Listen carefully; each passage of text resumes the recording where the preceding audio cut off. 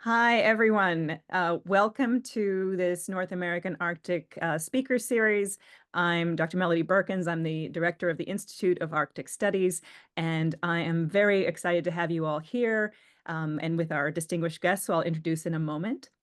The North American Arctic Speaker Series is a joint project of Dartmouth and the U.S. Department of State, co-hosted by the Institute of Arctic Studies in the John Sloan Dickey Center for International Understanding and the Office of the Ambassador at Large for Arctic Affairs. The North American Arctic, which is known as a region spanning Alaska, the Yukon, the Northwest Territories, Nunavut, and Greenland, is increasingly recognized for its distinct landscapes, its strong historic and cultural connections between communities and peoples, and rising opportunities for knowledge sharing across many issues.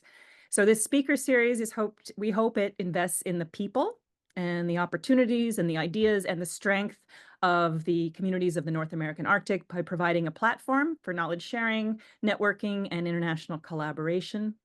And today's discussion is particularly interesting, of course, called Powering the North American Arctic Energy Futures, with three distinguished panelists who are all energy leaders in the North, across the North American Arctic, and all work closely with community leaders and governments to advance innovations in Arctic's future energy systems. And I'll give them a quick introduction, and then we will move right into some questions. But we have Dr. Jeremy Kasper, who is the director of the Alaska Center for Energy and Power at the University of Alaska Fairbanks, where he leads applied energy research focused on resilient and sustainable power systems for remote Arctic Alaskan communities. Ms. Heather Shilton serves as director of the Nunavut Nukkiksautiit Corporation, where she supports Inuit-led renewable energy development and policy in the Canadian North in Nunavut. And Mr. Thomas Davidsen, a senior business developer at NunaGreen in Greenland, where he helps design and implement green infrastructure and clean energy projects tailored for Arctic conditions, and definitely works very closely with the Greenlandic government and Greenlandic leadership. So thank you all for being here. And I'm going to jump right into I'll have you give some wrap up at the end, but right now I'm going to jump right into some questions for each of you to bring your perspectives and ideas on the future of North American Arctic energy systems. There's pressures, there's ideas, there's innovations, and really one of the exciting parts of this speaker series that we've created is really recognizing that many of the innovations and ideas are coming from the North, that you work with folks around the world, but you're kind of some of the limits of ideas and infrastructure there where you're really innovating on the ground. And I'm really excited to have you share that with us.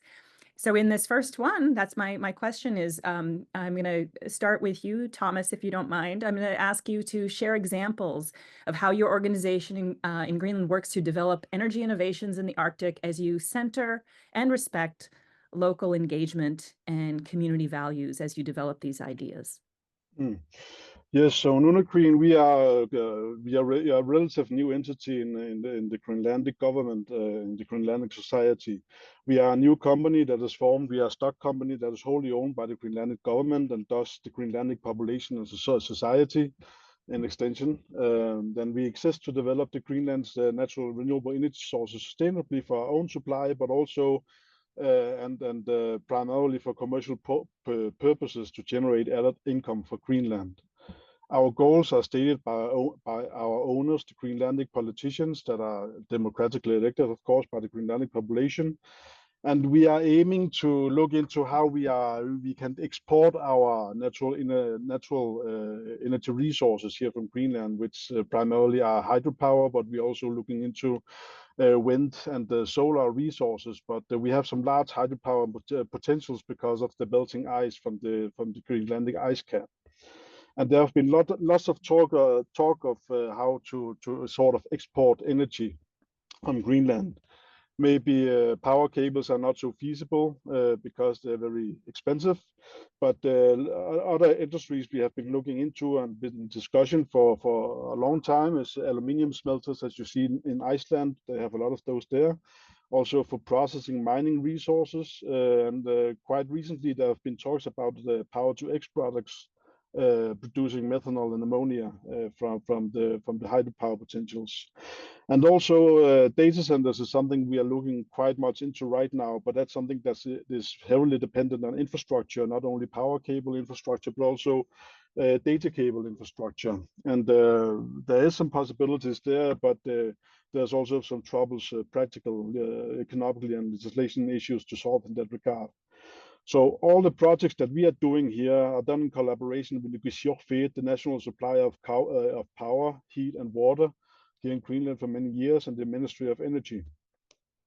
And when we set our projects to tender, we are still forming a lot of our projects, but we are doing some large hydropower projects right now for supplying Nuuk with the more hydropower in the future.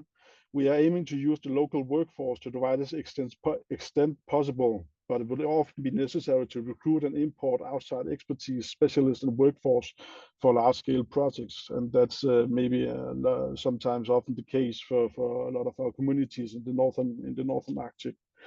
But we are aiming to generate as much experience and expertise locally as possible with our projects and work, and we're also aiming to keep retention of knowledge and lessons learned to build up expertise here in our country.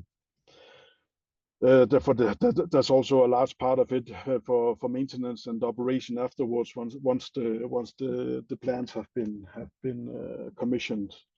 And some of the projects that we are looking into are, of course, large-scale commercialization of our hydropower, security of power supply. We are currently looking into an extra transmission line for Nuuk to be able to securely power Nuuk. We have had some power outages in the recent years during the winter seasons. Some transmission lines have been broken. So it's quite important for the power community here in Nuuk to have the security here. We're also looking into electrification and optimization of heat, industry, transport, and also trying to work in concepts for green mining, alternative fuels, and carbon capture as just some of the projects that I'm looking into right now. So yeah, I think I didn't take any time, but maybe I have used up my time now. Oh my gosh, I had an honor of visiting NunaGreen when I was in Greenland in the summer of 2023. And yes, everything you said, there's even more happening than I remember back then. So thank you very much for that overview. That's really, really important. I will move next to same question. Next, I think, I said next would be Jeremy, if you don't mind. And really some examples of how you work to develop these energy innovations with local folks, with governments, and what you do at ACEP. Sure, great, thanks, and thank you for hosting us. So I'm joining from Portland, Oregon right now, so not in Alaska, but normally I'm living up in Fairbanks, right in the middle of the state. So ACEP, Alaska Center for Energy and Power, we are a research institute at the University of Alaska Fairbanks. Let's say we're not your typical university research center. So, and what I mean by that is we're not, starting with a paper napkin and developing a new widget that you can then go to a community and say, hey, we've got this great thing we want to try on you. What we try to do is actually listen to what our community stakeholders, rights holders, basically our customers, are telling us that their needs are, and respond to that. It makes it a little bit more challenging as a research institute to do that, but we think it's worth it because it basically grounds us in the needs of the state rather than kind of the needs of the national NSF or maybe some of the larger scale drivers, and it really makes us responsive to what is happening within the state. So for context, Alaska has a lot of communities that are isolated, a bit like Greenland. We've got about 250 communities that are physically separated from our electrical grid. And then we have our railbot electrical grid, which is our big grid, not very large, and it's not connected up to the rest of the continental grid. And so we've got basically a system of weak electrical transmission. And then when you're in most of the communities, it's completely separate from that system. So they're generating from diesel or a combination of diesel and wind and solar, and also some hydro when you get down in the southern part of the state. So kind of a broad range of technologies that we're working with. And sort of in kind of specific things that the Alaska Center for Energy is doing. to respond to community energy needs. I'll just list off a few different programs. So one thing that we do very well, I think, at ACEP is we do a lot of knowledge sharing. And so basically, again, a little bit different from the typical academic setting. We have some folks who are teaching courses, but a lot of what we're doing is actually informal gatherings, workshops to actually help community members understand what technologies are available, that type of thing. So this can take place at conferences.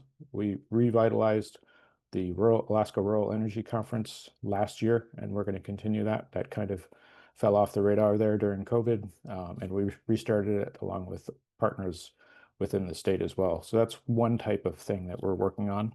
Arctic Energy Forum is another event. That's Circum-Arctic.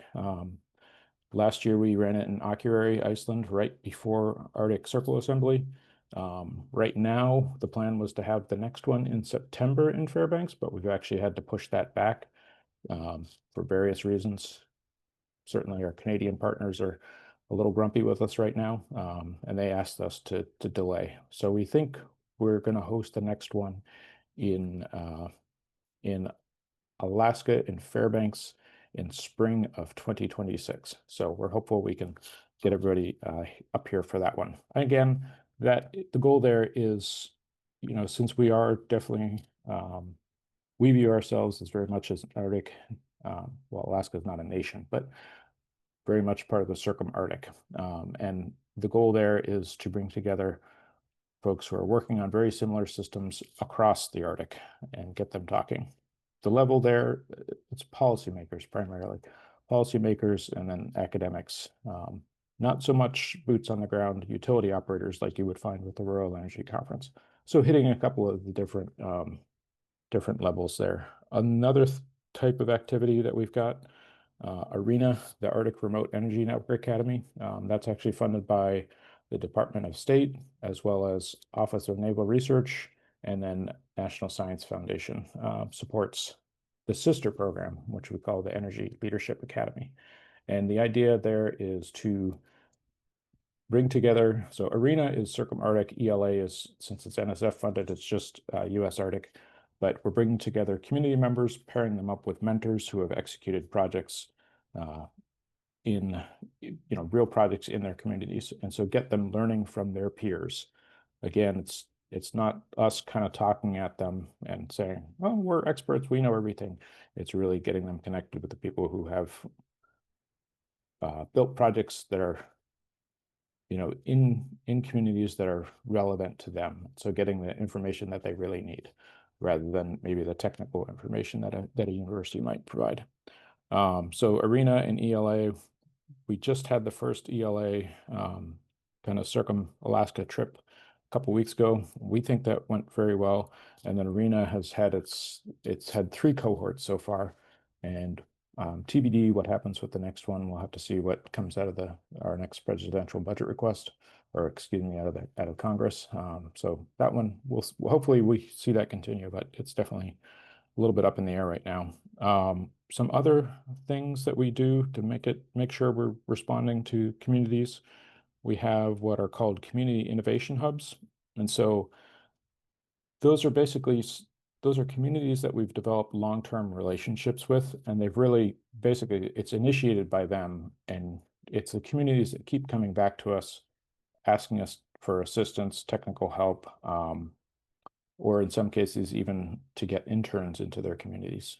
And so it takes, as you can guess, it takes a lot of kind of boots on the ground, day-to-day activities to keep those relationships going. And for us, that is typically funded by the Office of Naval Research. And again, it's focusing on responding to community needs, and then a little bit of filtering. So if we've got technologies that we're interested in, or people come to us with, hey, we want to try this in Alaska, there's a lot of back and forth there, and basically trying to see if it's a fit for those communities that we're working with closely. So I think I'm running out of time here, but those are just a few of the things that we do at ACEP that really are community focused. With that, I'll stop. Thanks.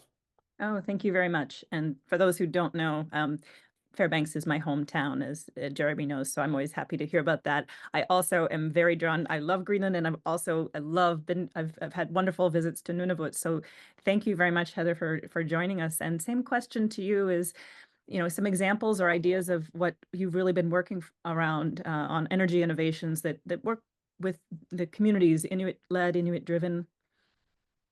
Absolutely. First, I'll maybe just say I was glad to hear Jeremy talk about the ARENA program. I was part of the second ARENA cohort a few years ago and can certainly advocate for what a great program it was. So I work for Nunavut Nukkiksautiit Corporation, or NNC. Well done on the pronunciation, by the way, Melody. We are 100% Inuit owned. And we're based here in Nunavut, which is the capital of Nunavut. So we're owned by the Inuit Association for our region, the Kikitani Inuit Association. And so all of the profits that we generate from projects ultimately move to the Inuit Association, and then they are distributed through programming, cultural programming, infrastructure development, other things that serve communities in the Kikitani region.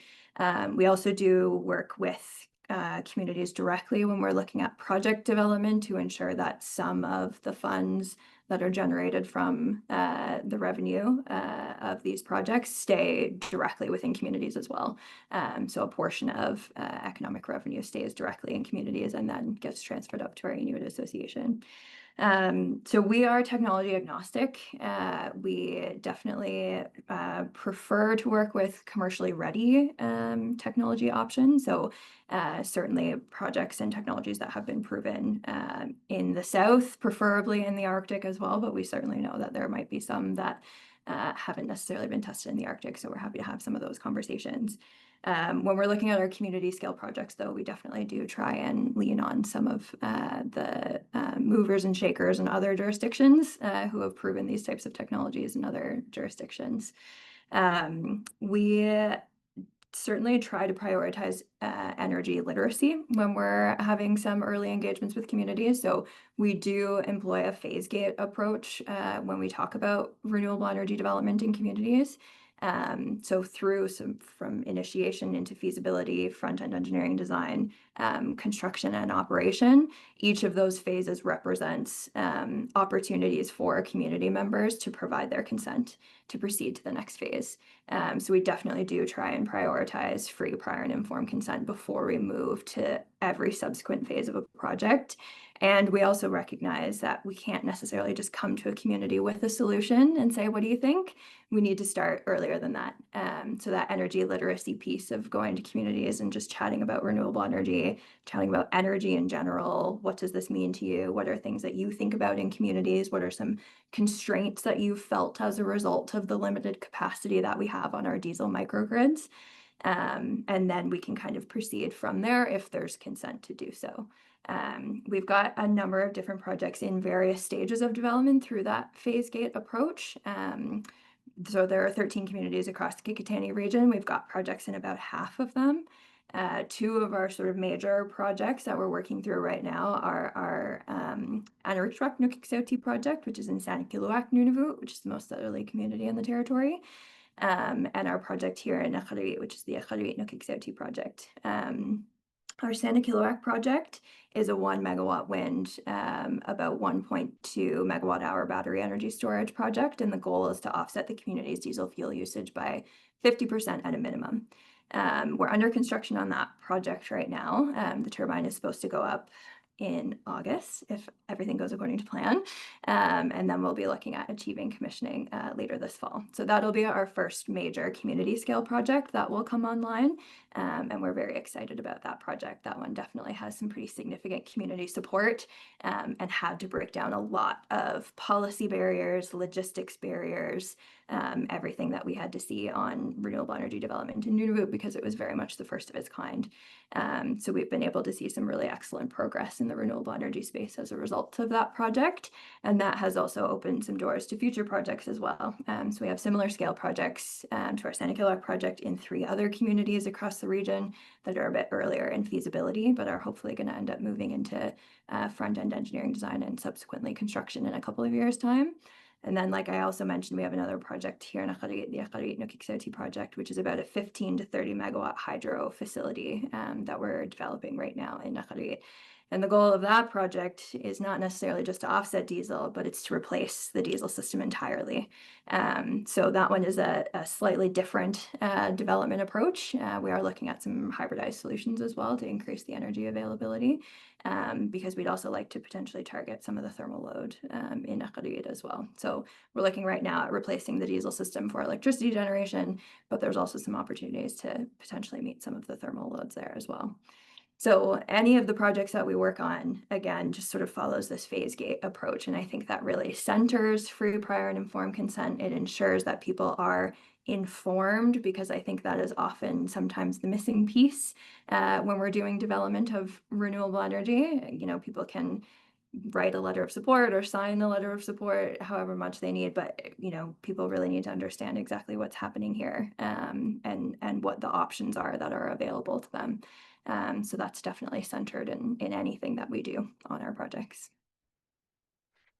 Oh, thank you so much. And that's, I think you all know you were chosen in many ways for this North American Arctic webinar because of that real engagement. I know each of your programs is this, it's centering. It's really that you're thinking about what are the community needs, how are you working with your governments, how are you working with these ideas to move them forward. And you're right, you know, you can get an approval, but it's all those next steps and checking in, and each of you has systems, I know, for those kinds of efforts. A big key, and I'm going to start with Heather again for the second question, is you talked about the different phases. And just because this is such a big issue, I would love to hear what you think about financing and policy tools that have helped or hindered you as you move forward. So the folks who are listening, or as you talk with one another, just what tools are working, but even better, what are missing from some of the energy transitions, energy innovations you'd like to see? So yes, I'll start with you, Heather, if you don't mind. Sure. I think there was some pretty major policy barriers for us in renewable energy development in Nunavut over the last few years. And that did hinder development for a few years' time. So in Nunavut, there was no independent power producer policy. There was no policy mechanism for us to be able to sell electricity to the territorially owned utility in order to generate revenue. So things were kind of stalled for a few years as the territory also worked through developing some of those policy programs. And I think what is also critical when we're talking about these sort of new types of systems that are coming through, a lot of the policies and programs that are currently in existence haven't necessarily thought about moving in that direction. So that doesn't necessarily have those types of flexibilities that are needed in order to effectively enable a just clean energy transition that isn't necessarily just being driven by monopolized utility in that space. So it took a lot of time and patience and effort to get things changed in the territory, but it also took a lot of leadership, some local leadership, some Inuit leaders here in the territory really advocated for policy change. And that was definitely needed in order to break down some of those policy barriers. And now we are able to build our projects. So that was a huge barrier for us for a little while, but that has since changed. And we're definitely very happy about that. I think one of the other sort of financing / policy tools that we do not have access to right now is understanding the diesel subsidy in Nunavut. So right now, we are 100% reliant on diesel. It is very much heavily subsidized. Nobody really seems to know by how much.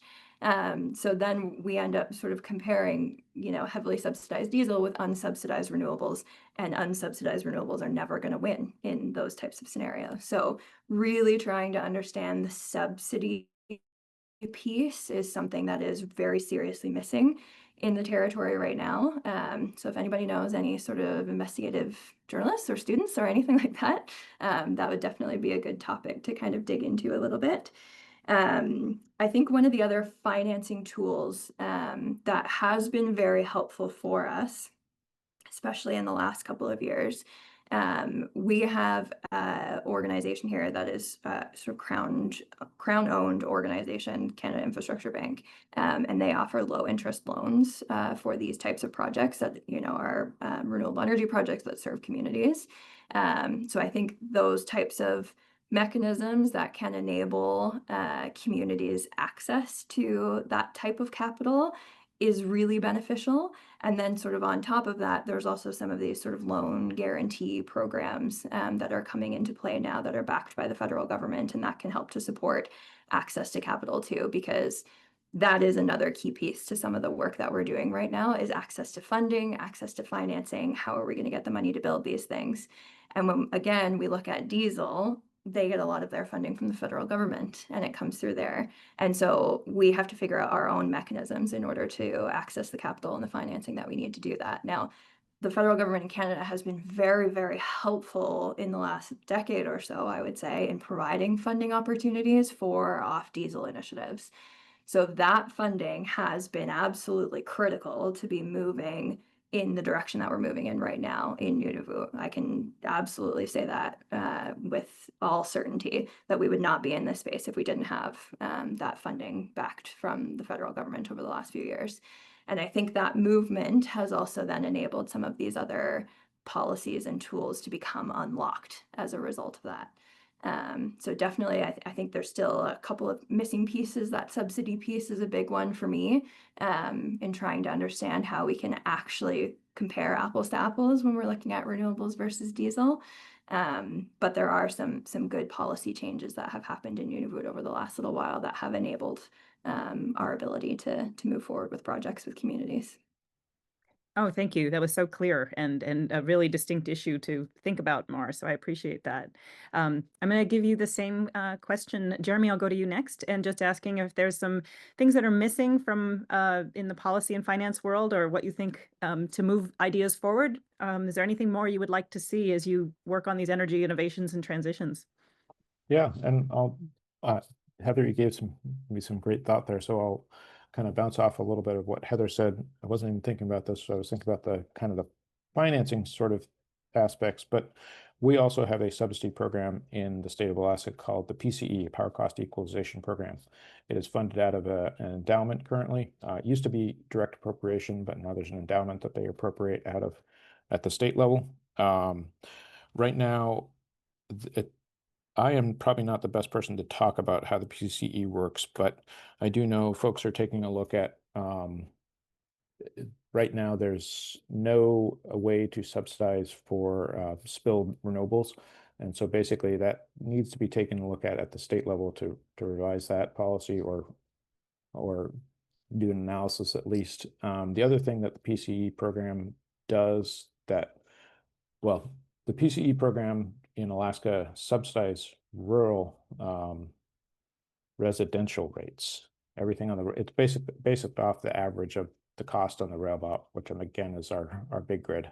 And then it subsidizes power to get it, residential rates to get it down to comparable to the rail belt rate. What it doesn't do is what Greenland does, or at least I think what Greenland does, is actually subsidize commercial rates as well. And so, yes, it's very beneficial to reduce the cost of power for residents, but also it would be helpful to start thinking about how you could reduce the commercial cost as well, because the community residents ultimately pay for those commercial rates, whether through higher costs for goods, right? And so we do have Magnus DeWitt here at ACEP is taking a look at the Greenland model to see if there's if that is a tweak that the state of Alaska should consider. More on the financing of the actual projects. So the state of Alaska has been, I would say, a leader in subsidizing or funding these upgrade projects. We've gone through cycles because state budget is highly dependent on oil revenue. About 15, 16 years ago, we were investing pretty heavily in the Renewable Energy Fund. And we also had a parallel program, which was the Emerging Energy Tech Fund. And so the Emerging Energy Tech Fund actually funded kind of the projects that were feeding into the Rural Energy Fund. And both of those were quite successful. The ETF, Emerging Energy Tech Fund, was a little bit more high risk. And so what we've seen as the state's budget has become more challenging, they're still investing in the REF, but there's no, in fact, I think the authorization for the EETF lapsed. So it would be good to see the EETF brought back online, because what we're seeing is that there's no feeder for the REF projects. And so there's communities like Kotzebue and Cordova who have really taken advantage of the REF and have gotten basically as far as they can with the REF type projects. And now where we get into the more experimental, more high risk, there's really no funding mechanism for that. In fact, we've talked with some state and federal agencies, and the appetite for the risk is not there. Understandably, you know, they can get dinged if a project fails, right? But that project, the EETF, was extraordinarily valuable for really pushing the edges of what you could do with renewables and integrating those in rural Alaska. So definitely would be good to see the EETF come back. And then some analysis of the power cost equalization program, and see if there's some tweaks that can be made to encourage more adaptation of renewables. And I will say, you know, obviously the U.S. national climate is maybe veering away from renewables, but in Alaska, they still make tons and tons of sense, because you're competing with that cost of imported diesel. And so any way you can offset that use of diesel is economic for Alaska, and it helps basically determine energy security for their community. So renewables in Alaska, especially in the rural areas, still make a ton of sense, policy and economic wise. Thank you. That's very helpful as well. Thomas, I will go to, it sounds like you just got a call out on the Greenland energy system, so I'll let you tell us anything of how you're trying to move these things forward, and there's some policy and finance tools that are helpful to you or could be helpful to you. Yes, but yeah, just to take it from the beginning, in Greenland, the two largest sources of income for our national budget are the export of fish, and then we have the block grant from Denmark, that is the primary source of income here. Nukkiksautiit, our national supply and utility company, is net controlled. That means whatever money they make, they have to, you know, go into zero to use for operation and maintenance of all the energy infrastructure. It means they are dependent on the national budget for financing for investments and projects they need to do. And that has traditionally been the way. Nunavut has been the main, how can I say, developer and innovator for the energy area. A lot of our cities, I mean, it's only 5 cities major cities in Greenland that is powered by hydropower. A lot of the other smaller cities and settlements are powered by diesel generators, as is common in the Arctic area, of course. And what we are working on right now is actually trying to gather some data for how much it actually cost for the society to run on fossil fuels. And it's a very sensitive area, because it shouldn't be hit the consumer of fossil fuels. You need to be able to provide an economic alternative and knowledge for using other types of energy and alternative energy.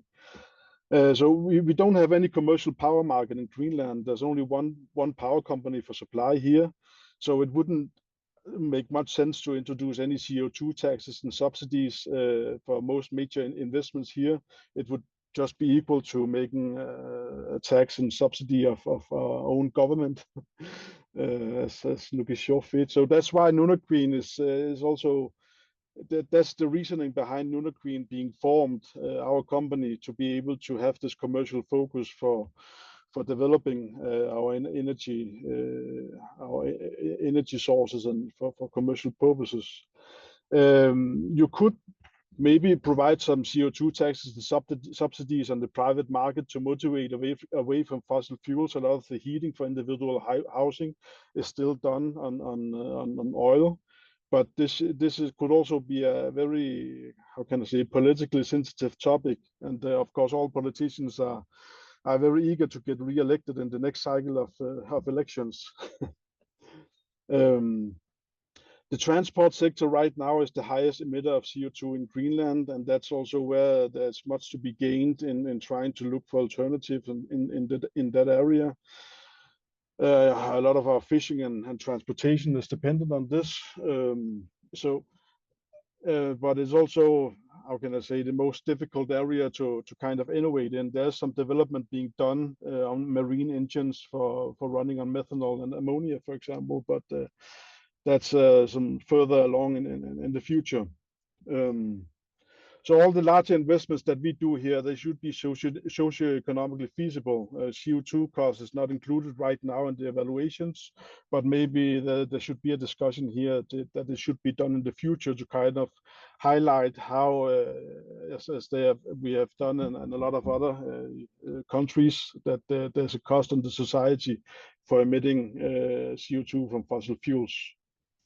So what the cases that we are looking into right now need to be positive, and we need to have solid business cases after some careful evaluation and consideration of the projects. And the large project that we are doing, they are dependent on public financing and loans from outside investors. Traditionally, there has not been many how can I say, instances of seeking financing and the support for renewable energy projects. Most of the work that has been done in that area have been for social and education purposes. There's been some success for some EU grants and some grants from Denmark. But what I'm trying to do right now is actually extend my network and find alliances and partners for being able to get financing, because there's a lot of willingness to give support to these areas here. I mean, we have the National Institute of Natural Resources here. They have had some success. Sorry for my English. Some success for getting some support, and also the ASIAC, the National Weather Survey company, data gathering company up here, has also been successful. But there's not a lot of tradition for seeking support schemes for these kinds of projects here in Greenland, and I'm aiming to do something about this. Also looking into outside of, traditionally there's been a lot of you have typically been looking to Denmark, because as you may know, Greenland is part of the Kingdom of Denmark, to seek financing. But every opportunity should be wasted, and I'm also looking into seeking partnerships in the Inuit communities in Canada and Alaska. I remember when Arena, the cohort, had visited here in Nuuk. I was invited as a guest. I was working in Dussas at that time, presenting some of the work I have been doing with renewable energy in Dussas. And I think there's a lot of knowledge sharing to be gained from the Inuit communities, how to approach these kinds of things, and also the approach. I think we are dealing a lot of the time with the same issues. And one of when Heather, she was doing her presentation just before, or speaking just before, I was thinking about this issue that we also have. We need to gather some more data about what kind of cost there actually is on the society for running diesel generators. There's not a lot of knowledge about that, but you also need to be able to provide an alternative. I think that's what I had to say. I mean, we could be better at getting more financing from all these different EU programs, but there's a lot of it takes a lot of time and resources, and you need to maybe be a smaller part of a larger puzzle for some of these larger complicated support programs that are, especially in the EU, they are heavily bureaucratic. So that's what I'm doing a lot of the work on, and positively, a lot of programs are very interested in supporting renewable energy projects in the Arctic. You just need to kind of find the right construction, I think, for some of these projects here. Well, thank you. I was very lucky when I did visit to see some of the the long-term investments in hydropower that were being done, and really looking 20, 30, 40 years out of the growth of Greenland, which I remember the folks I was with were all quite impressed about the long-term vision of Greenland and how it was thinking of its investments. So I know you have, but the challenge that I loved hearing was that you're all thinking in the same ways and know that, and you've all met each other in these different spaces. So I hope that we can not only I'm about to go to the future here, but just in the short future, I hope that we can make sure you all continue to connect with some of these questions, and that maybe some of the folks who are listening know that this is if they're grappling with these ideas too. It's good to know there's a cohort who all have these same issues, obviously in different spaces, different conditions, but a lot of the similarities. And this takes me to my last question for all of you before I see if there's a question or two from the audience, or just we keep going, but is maybe, as we look forward, do you see what success is for Arctic energy systems? I'm guessing there's gonna be a lot of overlap in this question, but the success for future of Arctic energy systems and the infrastructure and all of how it's put together and how the communities are served in something like 2030 or 2050, when you really look at what you're building now, what you're investing in now, what does that look like in a good vision of the future of energy in the North? And I'll start with you, Jeremy, on this question. Thanks, and good to hear another shout out for the ARENA program. It makes me think I should participate in more than just the Alaska section. And I also just wanted to reflect a little bit on what Thomas said, and I think Heather, you mentioned this as well, but definitely I think another commonality there is the capacity to kind of apply for and sustain these grants. I mean, that's a universal, I think. It's hard to get this money. It's hard to work with it. It takes effort. And so that's definitely need more capacity within the communities, or in somewhere that can support those applications. But to your actual question, Melody, about kind of the long-term future, I'm not sure this, Alaska's, I'm not sure if this applies to Nunavut or Greenland, but really I think for Alaska, what success looks like by that long date is locally determined energy futures. And so, that's energy security. And then also what we see in Alaska right now, our energy cost burdens, because we have subsidies, but they're fairly light and the cost is very high. Energy cost burden for communities in rural Alaska is up to 20% of a household budget. That's about 10 times what you would find on the US West Coast. So really, if we can cut that down to a reasonable number, then you make life much more sustainable in these communities. How do you get there? For rural Alaska, it's probably through adoption of more renewables, not just for electricity. The other part of that energy cost burden is really heat, and Heather mentioned this. So you got to find ways to use that excess renewables to generate heat, whether that's through, we've worked with electric thermal storage stoves in Kotzebue and other places, or whether it's through heat pumps. Northwest Arctic Borough is looking at installing 700 heat pumps in the Kotzebue region. So really cutting down on that total energy cost. And again, this is sort of a circular economy concept. Once you've got that locally generated energy that you're lowering costs for everybody, the other part of it is you're not buying diesel, and diesel, all that money goes outside the community. So, I think we're always going to struggle with scale in rural Alaska, just because, you're talking about communities that are 2,000 people down to 60 people.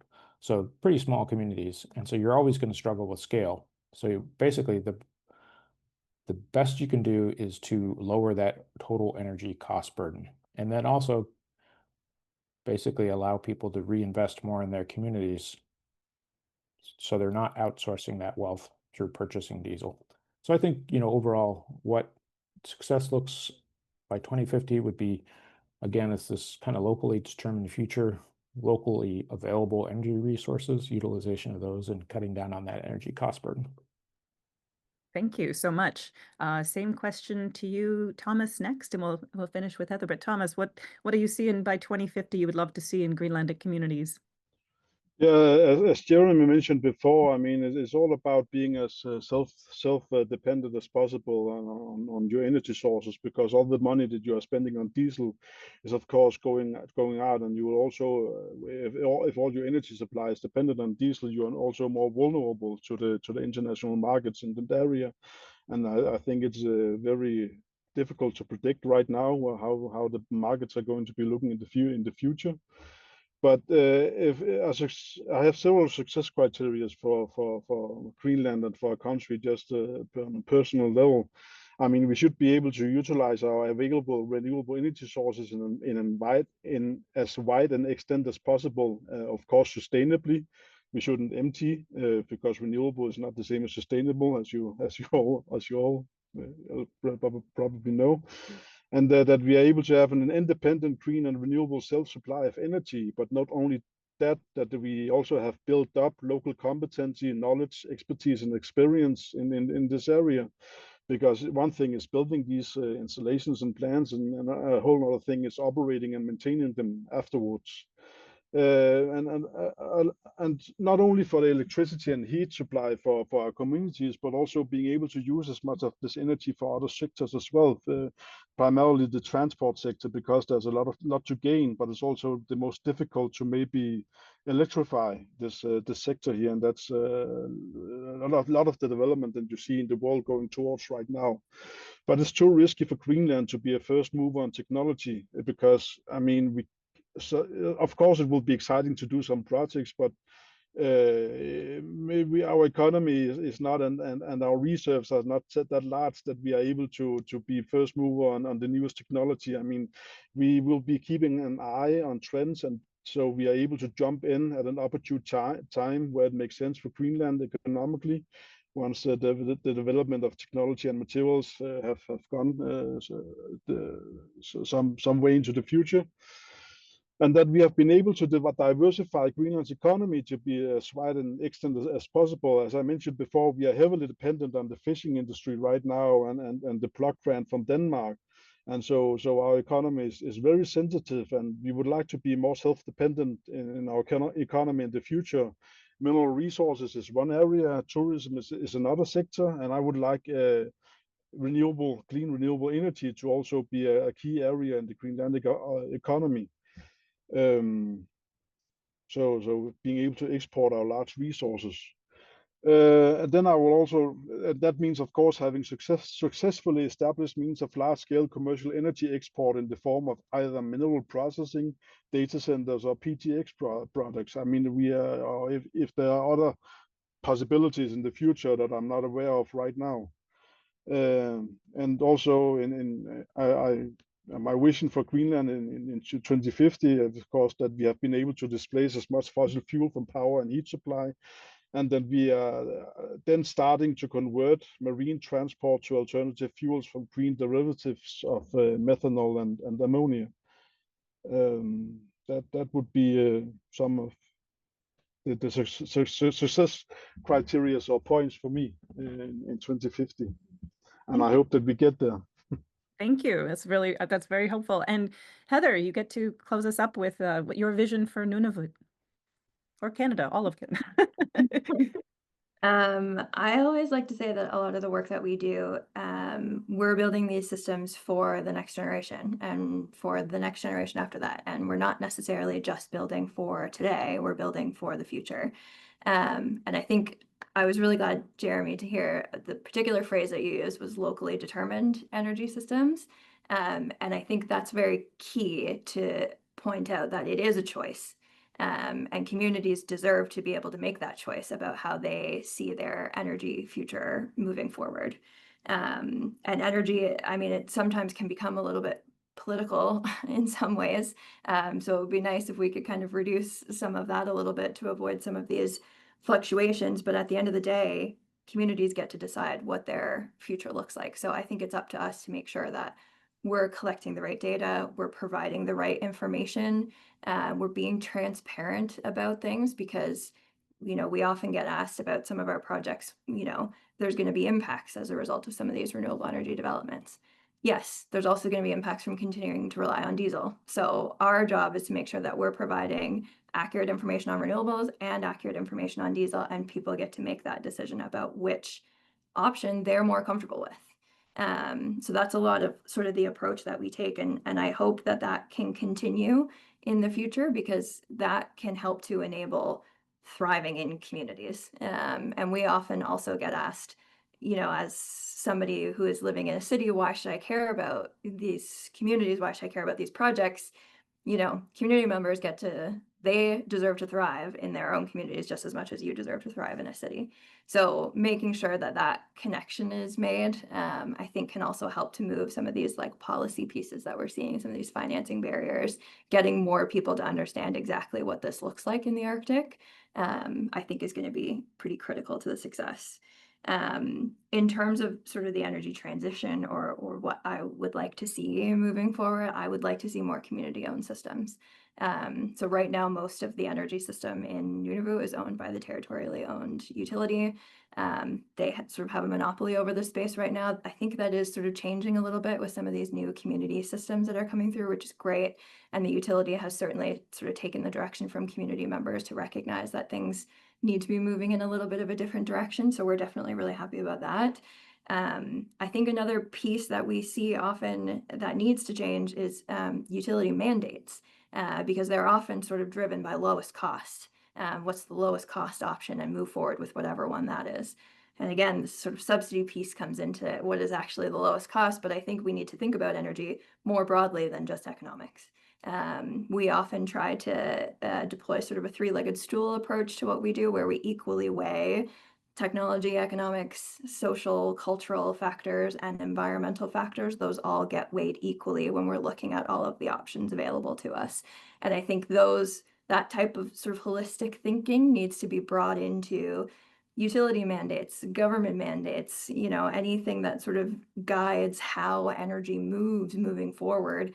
I think we need to sort of think about things more broadly, because once we think about those things more broadly, we recognize again that it's the choice of communities to decide how to proceed. It's not just driven by economics. Thank you.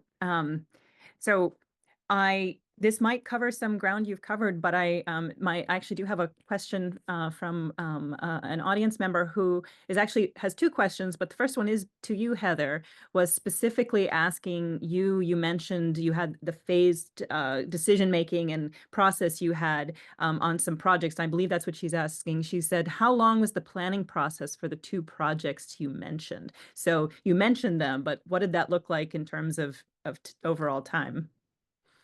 Yeah, it is an interesting question. Our Sanikiluaq project, which is our wind project in the most southerly community in the territory that's under construction right now, that was started in 2015. So that was when we first put up the Met Tower to start collecting the data and do some sort of baseline studies and things like that.